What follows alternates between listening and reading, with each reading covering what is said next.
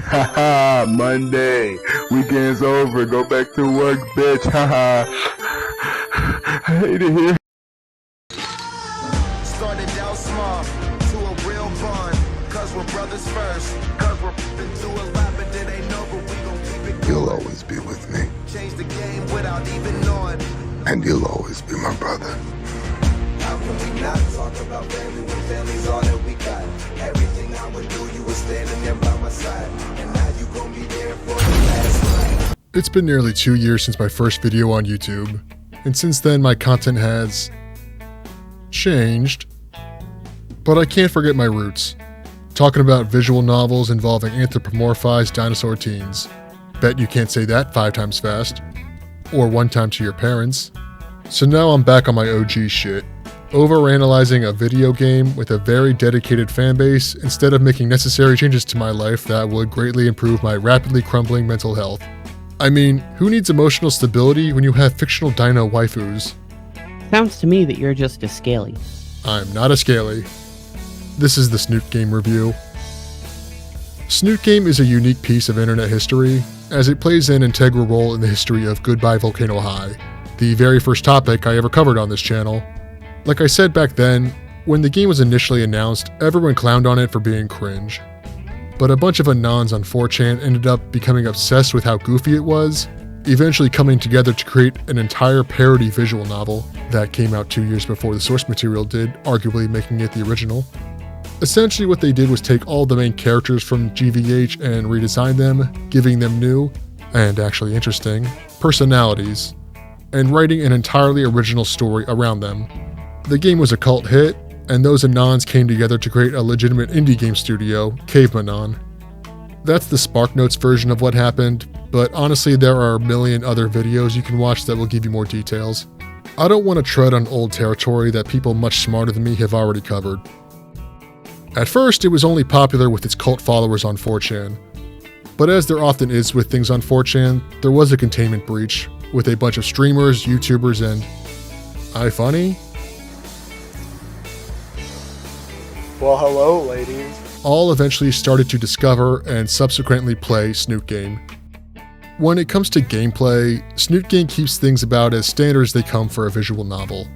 You read the story as it's laid out, but you're given a myriad of choices throughout that affect story beats and ultimately the end of the game. Right away, you already get much more influence over the events in the plot than you ever did in Goodbye Volcano High. But that brings me to my next point. I do have to address my bias. Like I mentioned in the GVH video, I am a huge fan of Snoot Game. I love the characters, the story, the music. Hell, I even love the community. Oh, hey guys, what's up? Get out of here! How you in? Not to mention my absolutely unhealthy love for the female lead that makes me believe that I am so much more mentally ill than I had ever thought. Dude, you are clearly a scaly. Not a scaly. So while I will try my best to be objective with my criticisms of the game as a whole, remember to take into account that I do have a very positive lean towards Snoot Game as a whole. Also gotta bring up that this video will contain massive spoilers for the entire game, so be advised. The plot of Snoot Game centers around the protagonist, Anon Y. Moose, a human on his first day at a brand new school after transferring from his old one due to severe bullying. Right from the jump, you know how deep this game really is, as it shows society the most oppressed group of all, gamers. That's one of the key universal differences between Snoot Game and GVH.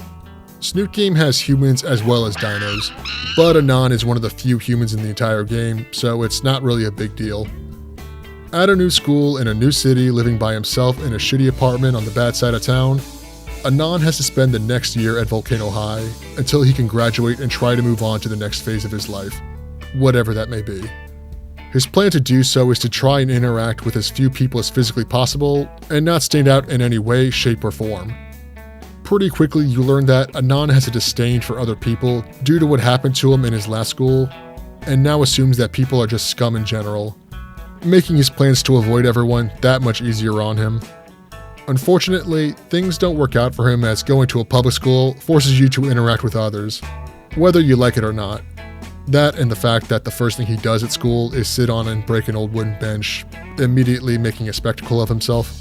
In come Naomi and Nasser, two students that quickly introduce themselves to Anon due to Naomi's nauseatingly bubbly personality prompting her to be the first person to speak to the new guy in school, and Nasser, her boyfriend, who is required by dumb girlfriend law to join her, though he clearly has little interest in meeting the only human student in school.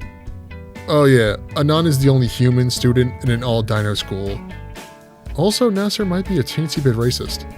Really helps to blend into the background, being another species entirely compared to the rest of the student body. Nevertheless, our antisocial protagonist still tries his best to go unnoticed by the entire school, but Snoot Game's funny mascot friends won't let that happen. For better or for worse, they all become a part of his life. The supporting cast includes Naomi and Nasser, as mentioned, Trish, a short-tempered triceratops and self-appointed leader of any group, Reed, a bona fide bro who's as clever as he is high, Very. Then we have Stella, the fortune-telling weeb that the fans seem to love more than life itself, and Rosa, the walking Mexican stereotype who cares more about her gardening than other people's safety. It's kinda hot. Not a scaly. While there are other characters of note, none of them really have much impact or screen time as the main cast. Duh. And don't need to be discussed much. Except for Principal Spears, who, while having limited scenes in the game, becomes something of a father figure to Anon and gives him some pretty sound advice. You are not the only person in the world, which becomes imperative to the game as you progress. But now we come to the final character of the game, and the most important one. The character whose sole existence changed the trajectory of Goodbye Volcano High's life permanently, as well as made all of Snoot Game even possible. You don't know her. I and thousands of other mentally ill people love her. It's Fang! Who actually isn't really in the game at all at the very beginning. When she's first introduced, she doesn't even speak. Her and Anon just give each other the stink eye from across campus, which frankly is how some of my most enjoyable romantic relationships started out. And the only reason they did so is because Fang's punk rock goth style makes her stand out like a sore thumb from the rest of the school, almost as much as being the only human does. Really makes her hard to miss, especially from judgmental eyes of dickheads like Anon. But it really tracks for the two of them to immediately dislike each other from the beginning, since we soon learned that, like Anon, Fang is also an antisocial outcast. How do we find this out? Well, because Nasser bribes Anon and the rest of the student body with free pizzas to go to the live concert in the auditorium for Fang, Trish, and Reed's band, Worm Drama. He did this to be supportive of Fang, who we find out is his sibling. Since from the vibe of the crowd alone, it's pretty clear no one would have shown up without the free food. Not that Nasser was allowed to go, since Fang angrily bans him from the concert over the phone. As the show starts, while stuffing his face with free food, Anon notices that Nasser's aforementioned sibling is the same girl he exchanged shitty looks with just hours before. He also noticed that the band had 2 bass players and no guitar. He also noticed that they fucking suck, alongside the rest of the audience. Anon can't help but laugh at their horrible performance, no different than every other person there, whom Anon had looked down upon, assuming they were all assholes. Pretty telling, if you ask me. After the disaster that is the concert, which ends with Fang yelling at the crowd, only to be responded with more mockery, Anon escapes the auditorium, narrowly dodging the wrath of the pissed-off caveman principal. Time goes by, and while Anon would like to try to forget about the concert and the literal band of rejects, he quickly realizes that he shares several classes with the 3 of them. Making things harder is the fact that Reed likes Anon and wants to be his first friend, much to his chagrin. While Reed is no big deal, Trish has been getting revenge on all the people that laughed at them, using a baseball bat. So it's really in Anon's best interest to not let them know that he was in the audience, and laughed at them. Inconveniently, Anon also has 2 different classes with Fang, science and music.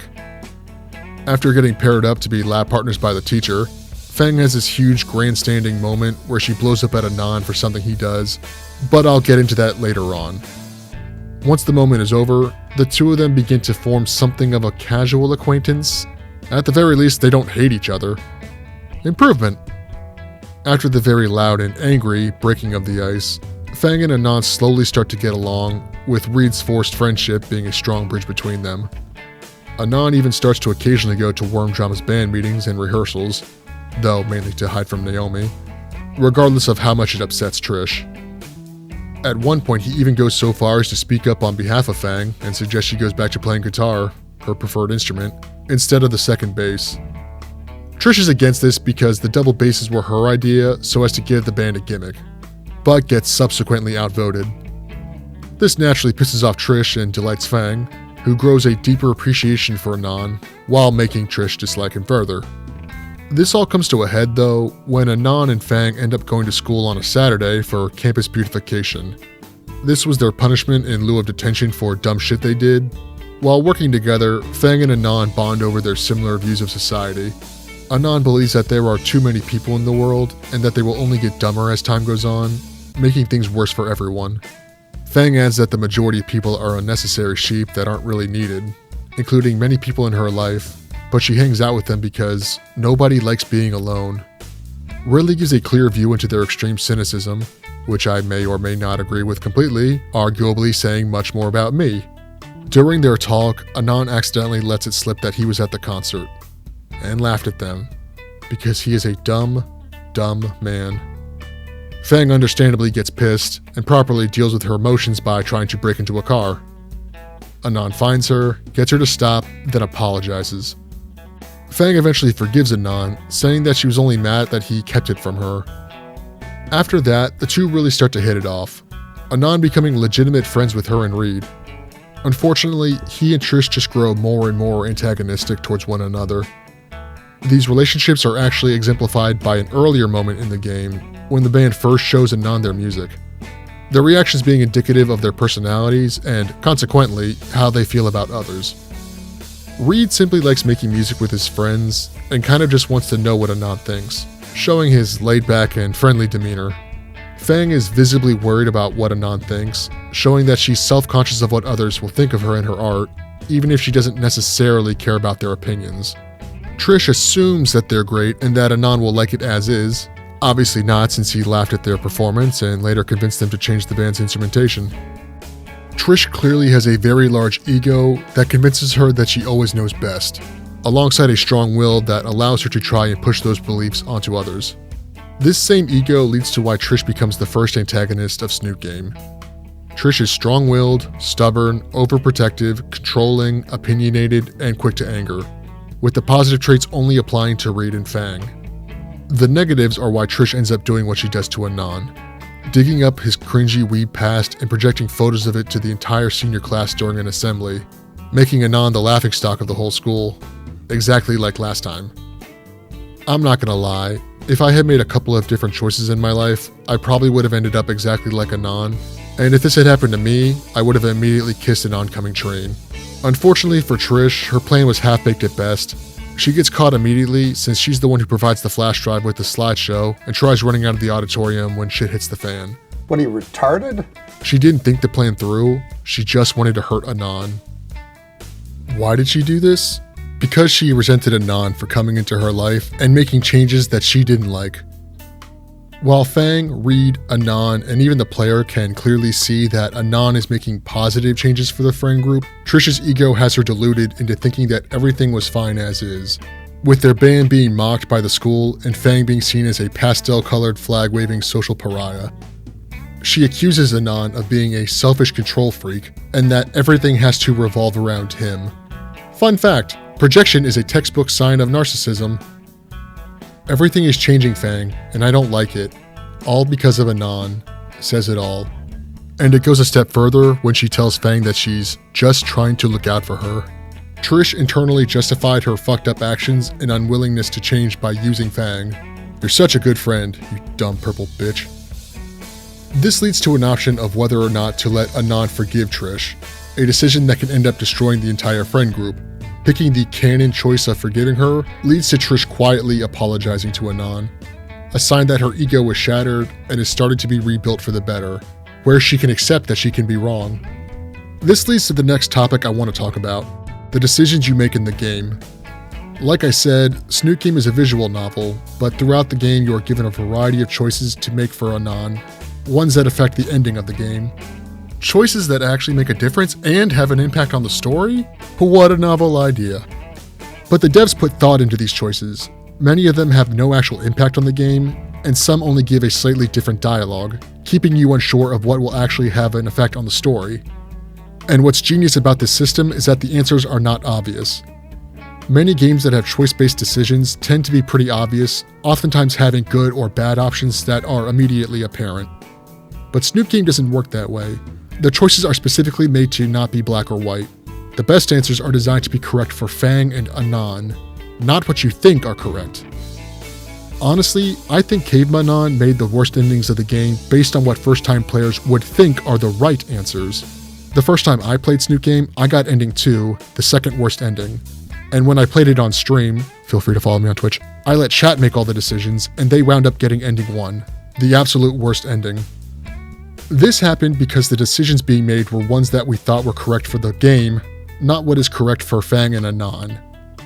The actual correct answers are ones that give Anon and Fang what they need to grow as people. Anon needs to make decisions that allow him to learn to trust others, and Fang needs ones where Anon supports her but does not control her, so that she gains confidence in herself. I won't go into detail about every single choice and how they work individually, because that's a lot of work and I'm really lazy, but on multiple playthroughs, you start figuring out how to make decisions that will have a positive impact on the story. Though the devs do a pretty good job of making a lot of important choices seem negligible. You need to give these characters what they need, not what you think they should have. You're even given a hint through another character when he gives Anon the advice, "The secret is support." A very clever way to teach the player, if you ask me. Making decisions that support these ideologies is monitored by an in-game counter which gives you points that you earn for Anon and Fang individually, the end total determining which ending you receive. There are a total of 4 different endings to Snoot Game, ranging from ending 1 being the worst to 4 being the best. I always compare this system to that of Silent Hill 1. No, wait. Just hear me out. In Silent Hill, the endings are bad, bad plus, good, and good plus. Good plus being the best ending, and the endings you get being based on the side quests you do. Or to put it another way, based on your choices to do the side quests. See? Now you all understand how fucking brilliant I am for that comparison. Both games follow the same worst to best ending formula too. The first one is the worst ending, void of any happiness whatsoever. Ending 2 is also a bad ending, but things could be much worse. 3 is a good ending, but tinged with sadness as things could have gone much better. And 4 is the best possible ending, where Anon, Fang, and all their friends get to live their best lives. The endings themselves are pretty impressive too, though some argued on launch that ending 1 is more of a joke ending based on how far they go with it. While playing this game, you can become truly invested in these characters' lives, and their outcomes can have a real emotional impact on you, ranging from soul-crushing to legitimate elation at seeing these cartoon dinosaurs happy. So to avoid spoilers without looking like too much of a lazy jackass, here are some fun visual representations of the different endings so that only people who know the game will appreciate it.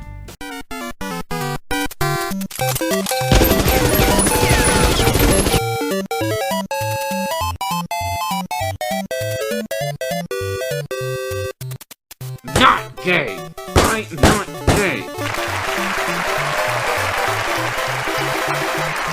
Completely unrelated, but Pumped Up Kicks is a great song. I had no idea what it was about until like a year ago. No, really, I never paid attention to the lyrics until recently.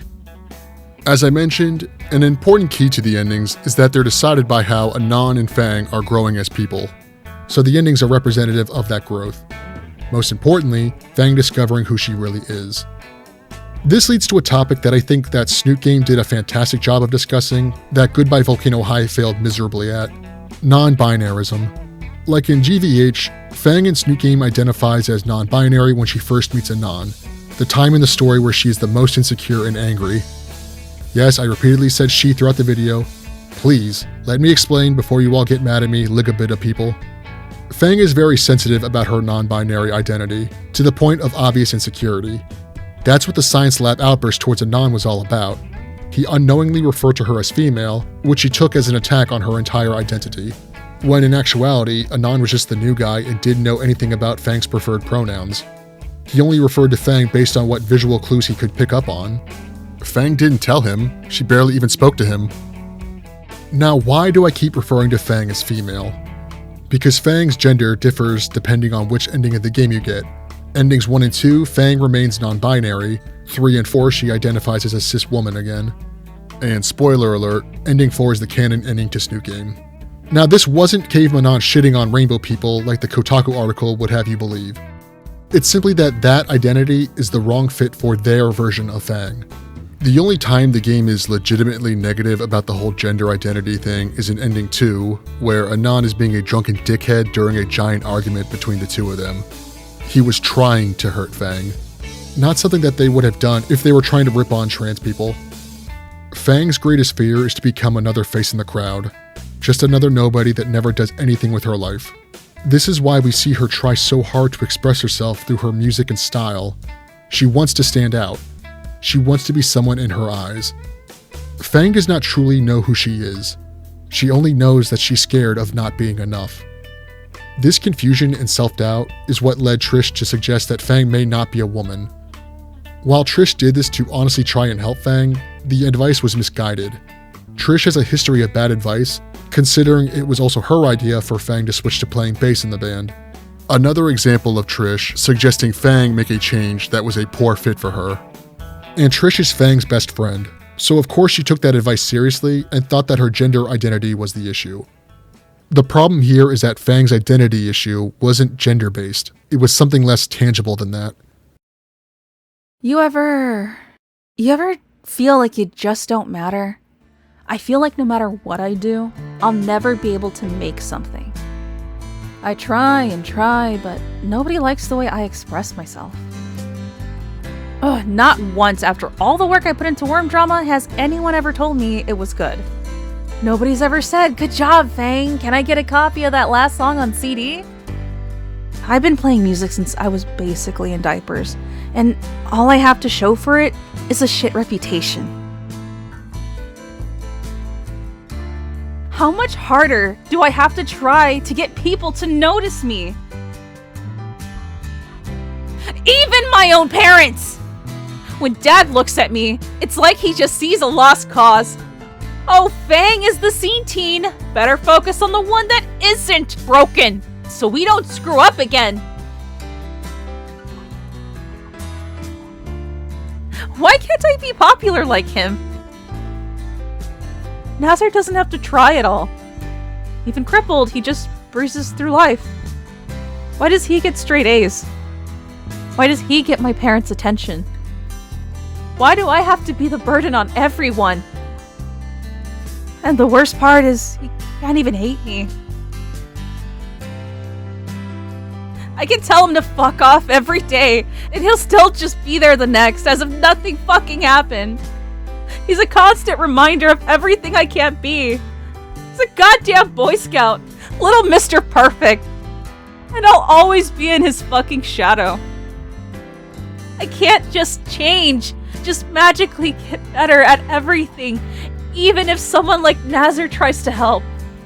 And it's clear he wants to. But the sheer difference between us, it won't ever happen. But my brother tries. He's always trying. He just fucks up! Every fucking time. Nazar knows who he is. I don't even know what I am. Who am I, damn it?! I can only define myself by the things I'm not. I'm not a good band player. I'm not a good sibling. I'm not a good friend. I'm not a good person. My mind is a fucking mess. In my head, it's all my thoughts. They're all fucking foggy. Half the time I'm hating myself. Am I who I say I am? Maybe. Not really. The other half, I'm daydreaming of being something special. That I'm different from everyone. Above them. I know more than them.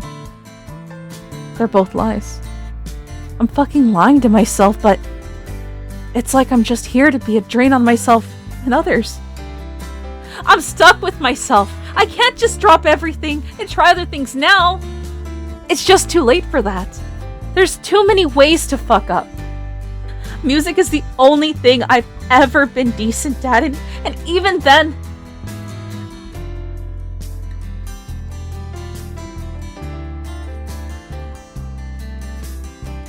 Why won't you say anything? Here I am begging for your help, and you haven't said a word. You are always so sure of yourself, yet here you are listening to me in a crisis, and you can't say anything?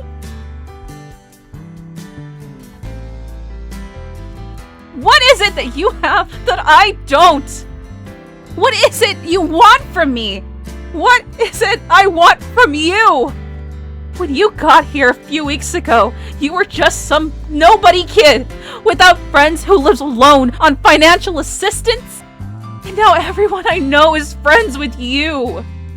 You have no talents, no specific knowledge anywhere, no real personality.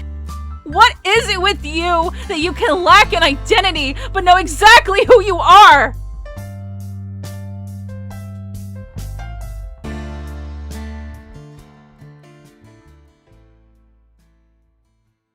And since gender wasn't the issue, identifying as non-binary doesn't solve anything, preventing Fang from feeling any better about her issues. This frustrates Fang, which in turn makes her more angry and insecure, which is why she went so hard at Anon for misgendering her when he literally had no idea. The stress sometimes gets so bad that Fang turns to self-harm to try and deal with it, pulling out her feathers until her wings bleed, similar to anxious birds. Not to mention that her family and peers don't take her new identity seriously, only adding to the fire. Nasser tries to help Fang by being supportive of her style, band, and even gender identity, whether he actually believes it or not. These misguided attempts to help Fang only adds more friction between the two, which is multiplied by Nasser's success in life. Nasser is popular, athletic, and gets good grades, the total opposite of Fang. But as you find out, the only reason he works so hard to be like this is because his parents expect him to, since Fang is a rebel and constantly letting them down. Fang doesn't realize that her actions are making Nasser's life more difficult, which forces Nasser to work harder, making Fang feel worse, only to act out more, in the end trapping the two in a feedback loop of misery. Even though Fang believes that she's self-identifying correctly, while Nasser believes that he's helping her. This all sounds much more nuanced than the harassment troll project that Kotaku says Snoot is. That's because it is. Like I mentioned before, Snoot Game doesn't make fun of gay and trans people. There aren't any moments where characters are yelling trans and non-binary libtard shit is gay and cringe. The only time it happens is when Anon is being a giant asshole and not sympathetic in the least. The game simply states that Fang, their version of Fang, isn't NB and that her gender wasn't the issue. That doesn't come across as transphobic if you ask me. Fang goes through a journey of self-reflection to find herself. She looks inward with the help of Anon and the player to help her learn more about who she is. The reason that the good endings have Fang be cis is because she was able to figure out her true identity issue, which is only actually solved in Ending 4. In Endings 1 and 2, Fang remains non-binary, making them the bad outcomes because Fang never truly found herself. She stagnated, unable to truly grow, and that lack of growth is what directly leads to the events that make 1 and 2 the bad endings. In Ending 3, Fang comes to the conclusion that she's cis and immediately changes her lifestyle to that of a trad wife, going back to her birth name Lucy. But it's not the best ending because Lucy drops every aspect of herself and becomes emotionally frail, growing solely dependent on Anon for support. Lucy looked for an identity and lost every aspect of it that made her Fang. She only ended up losing the identity that she already had. While she is physically healthier than the previous two endings, she is still emotionally incomplete. Ending 4, Fang realizes that she's cis, but still lives her life as she already has, even choosing to continue going by Fang. She keeps all the good things about her, but lets go of her insecurities and her anger. Ending 4 Fang is the canon one because Fang ended up with her best life. She's found herself. She knows who she is, and she's found her place in the world, her gender only playing a single part of it all. From what I've described here, wouldn't you agree that Snoot Game has a much more mature discussion of the topic of gender? I'd argue that it took a deeper look into the subject than that of Goodbye Volcano High, the non-bigoted game that was incredibly pro-non-binary. GVH's issue is that it didn't have an arc or any real substance to it. Like I said in my review of that game, the writers of GVH lazily gave their Fang everything that they wanted without any sort of actual effort. Their parents go from not accepting Fang as non-binary to embracing it, without any confrontation on Fang's part. Go watch my GVH video if you want to hear more of me totally owning their stupid game with facts and logic. Self-reflection isn't easy. It takes work, it's a struggle, and it can be really painful. But when it happens, it's so compelling because it's a very human thing to be able to find who you are deep down.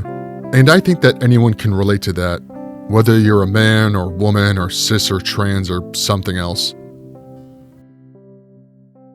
Snoot Game does everything that Goodbye Volcano High tried to do, only better, and without the rainbows. Which furthers my belief that Co-op paid Kotaku to write that hit piece on Snoot Game. They were bitter that a bunch of trolls wrote a more compelling story about the topic of self-discovery and gender than they did. A theory that I refer to as the Co-op Kotaku conspiracy. KKK? That's not good.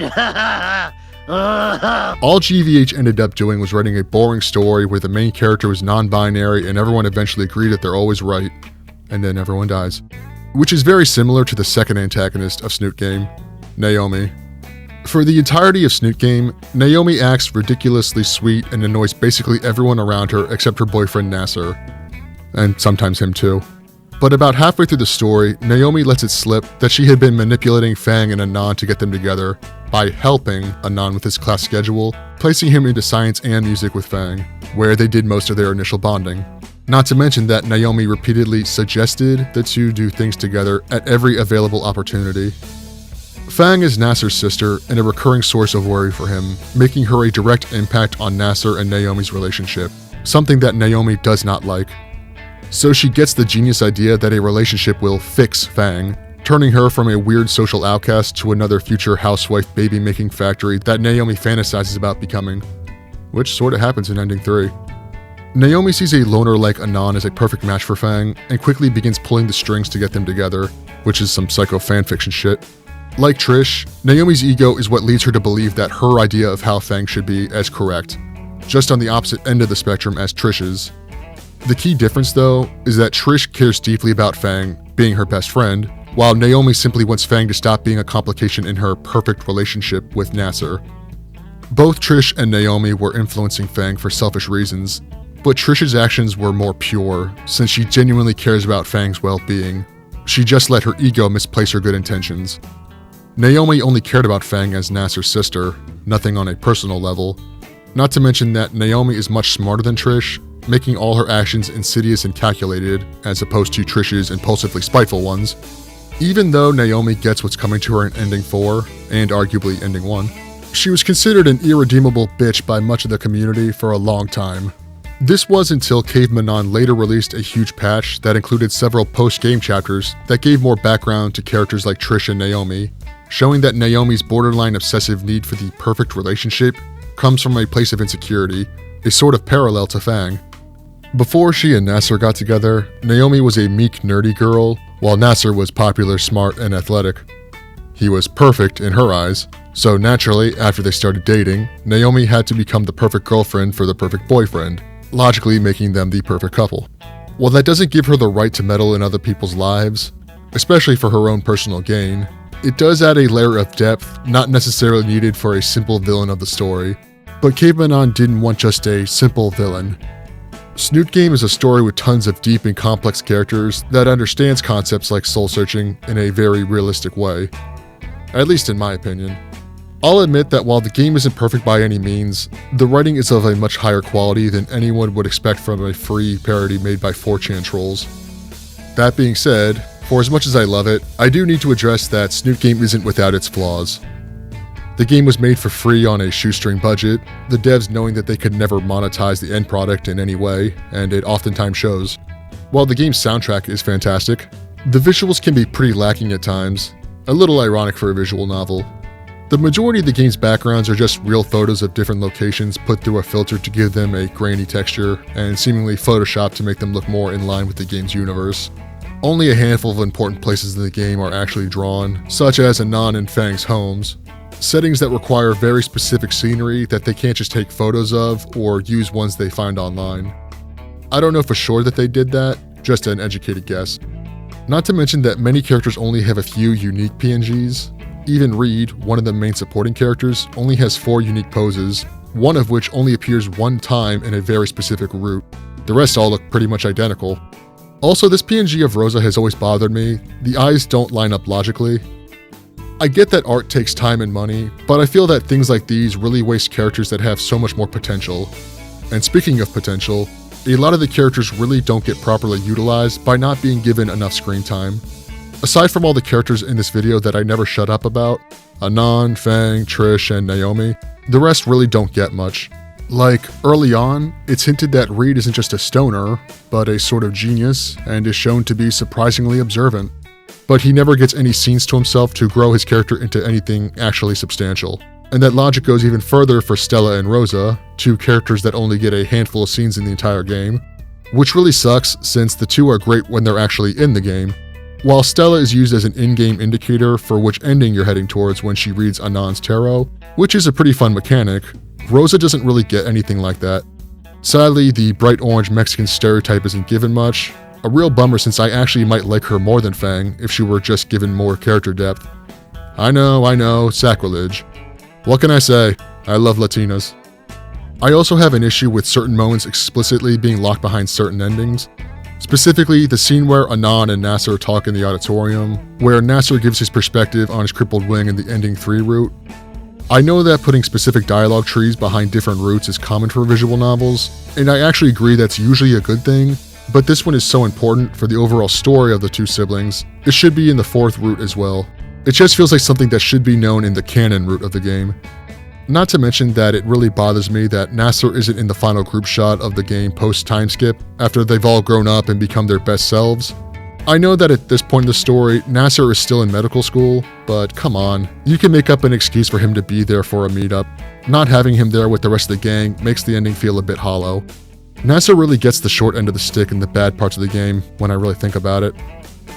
Snoot Game is an important game, not only to the culture of Snoot Game and many Goodbye Volcano High fans, but to the game dev community as a whole.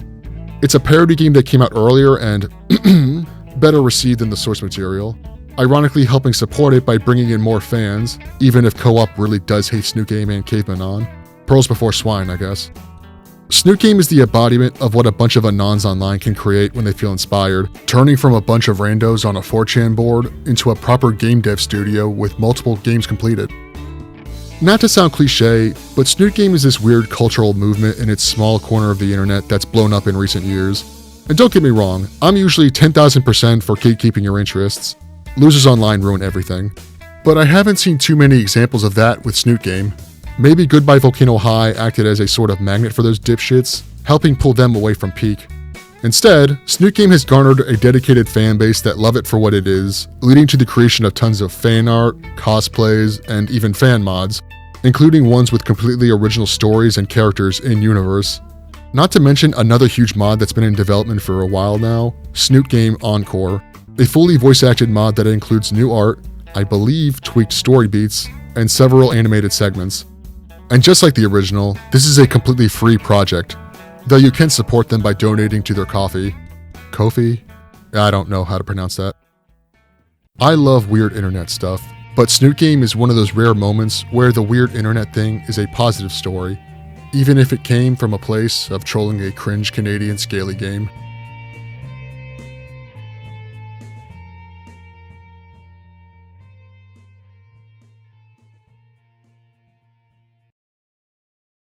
I want to thank everyone who made it to the end of the video for watching.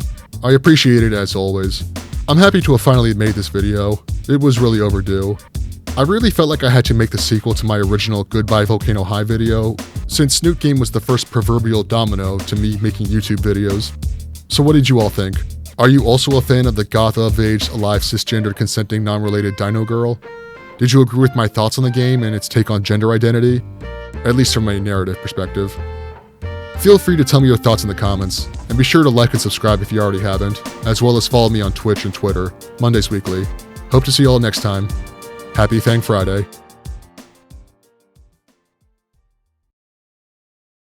Oh, Mondays Weekly, you're so hot, and I, Fang, who is real and loves you, am so attracted to you. What the? Dude, I'm not reading this. What the fuck is this? Just read the lines.